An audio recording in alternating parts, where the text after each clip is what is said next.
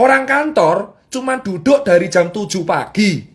Kerja ngadep laptop, kena AC, gak kena matahari, duduk tok. Makan fast food, delivery, pulang jam 8, tidur kurang. Main HP terus, kena AC. Kalau kena COVID, tentaranya lemah. Itu alasan klaster perkantoran di Jakarta paling gila. Kenapa DKI paling fatal? Karena orang-orangnya kerja di kantor. Imunnya lemah semua. Nah, terus cara meningkatkan imunnya gimana, Mas Tirta? Makan enak. Makanya ketika COVID ini yang selamat justru orang kecil. Kenapa orang kecil? Orang susah karena mereka terbiasa hidup susah. Jangankan COVID, hepatitis A, B, C, D, E, F, G sampai H aja mereka selamat.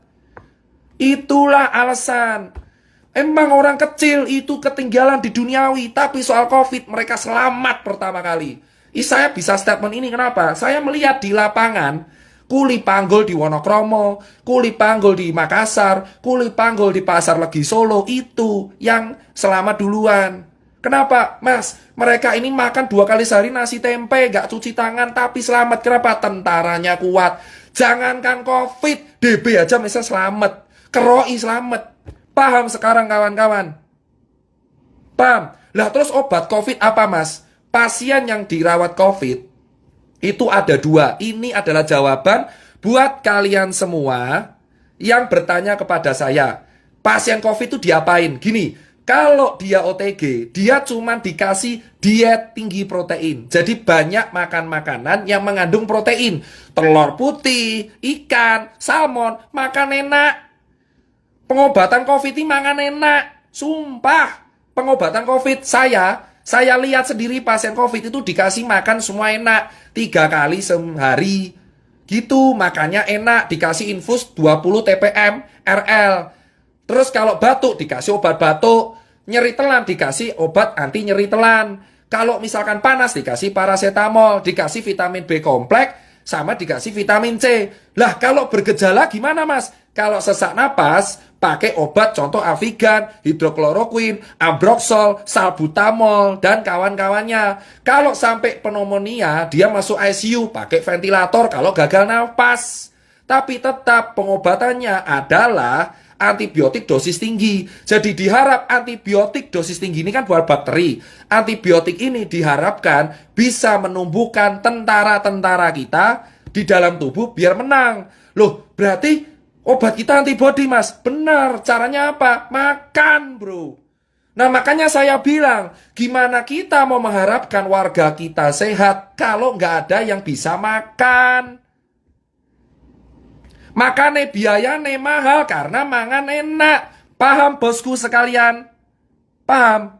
Itulah artinya kenapa saya bilang dari kemarin, kita percuma menjaga protokol kesehatan jika kita tidak bisa memberikan ketahanan pangan untuk warga kita. Makanya saya salut sama Jering karena dia membagikan makanan. Makanan adalah nutrisi, nutrisi penunjang antibodi.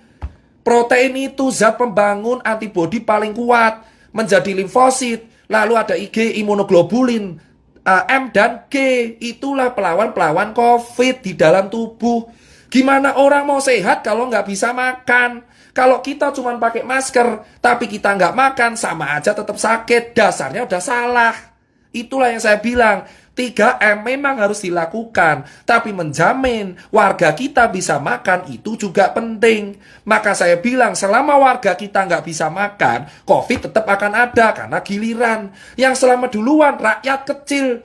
Jika kalian rakyat kecil dari dulu ditindas, di COVID kalian berjaya. Saya jamin orang kecil, orang yang biasa ditindas itu adalah orang yang paling berjaya di COVID, karena mereka nggak akan pernah ngerasain COVID ini. Kalaupun pernah OTG doang. Kenapa? Imunnya kuat. Itu pertama. Terus soal vaksin gimana, Mas Tirta? Gini, tadi udah jelas ya. Berarti benar, COVID memang self-limiting disease asal imunnya kuat. Kalau imun nggak kuat, pakai obat. Loh, Mas Tirta, soal vaksin gimana? Oke, kita udah tahu. Tentara. Nah, akhirnya WHO pakai cara instan, ya disebut vaksin. Vaksin ini adalah virus dilemahkan. Jadi tentara kita diadaptasikan karena kita tahu warga kita rata-rata hidupnya adalah di kantor. Nah, virus ini digebuki dulu di luar. Asuwe jancuk. Nah, virus ini digebuki di luar. Virus COVID ini digebuki di luar. Cok asu, cok. Lemah dia. Udah lemah dimasukin ke tubuh. Dikeroyok karo antibodinya. Ini virus nih, vaksin itu gini. Ini vaksin, ini virus COVID. Diculik, gebuki saya asu. Nah, virus COVID ini sebabak belur dimasukkan ke tubuh. Harapannya antibodi kita, cok ono virus kuwi nyasar, lemah, gebuki. Harapannya muncul antibodi alami. Vaksin itu memicu antibodi alami supaya muncul antibodi lagi kalau COVID aslinya keluar. Asu koncoku diculik ning jerone Tirta, COVID datang nyusul. Sudah ada tentaranya. Nah, vaksin itu begitu. Makanya kalau dibilang vaksin ini untuk apa? Untuk orang-orang. Makanya kalau ada orang kecil bilang, saya nggak mau divaksin COVID. Wah, hidupnya di lapangan. Ya wes. Makanya vaksin COVID ini diutamakan untuk orang-orang yang emang secara struktural imun lemah. Jadi vaksin itu berisi virus COVID. Wes babak belur. Sudah hancur lebur, dihajar. Tapi nggak dimatiin. Kan anjing ya. Ini disikat nih virus COVID. Nggak dibunuh. Dibuat sekarat. Masukin tubuh, harapannya dikeroyok lagi sama orang antibodi kita, tentara kita. Muncul antibodi alami. Jadi kalau COVID yang kuat datang, kita kuat. Nah, berarti apa? Vaksin ini mencegah. Bosku.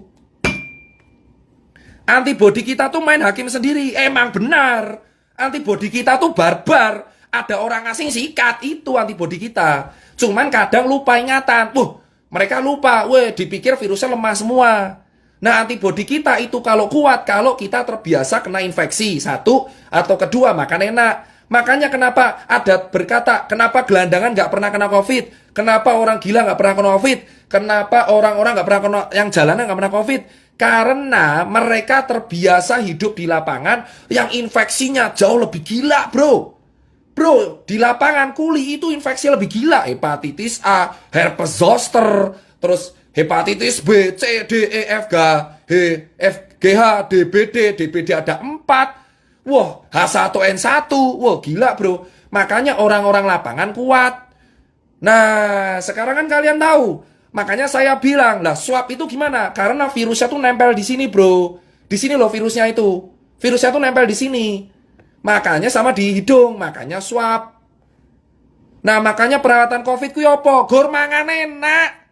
Sama pakai obat pereda sama antibiotik dosis tinggi kalau dia bergejala parah. Antibiotiknya ada 2, dosis tinggi.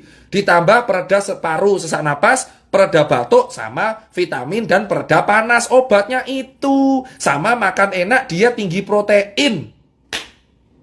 Jadi kalau kamu mau mencegah kena COVID, gampang bro, mangan enak. Nah terus orang kecil gimana? Santai, orang lapangan kayak kita bro, sudah terbiasa dengan hidup keras.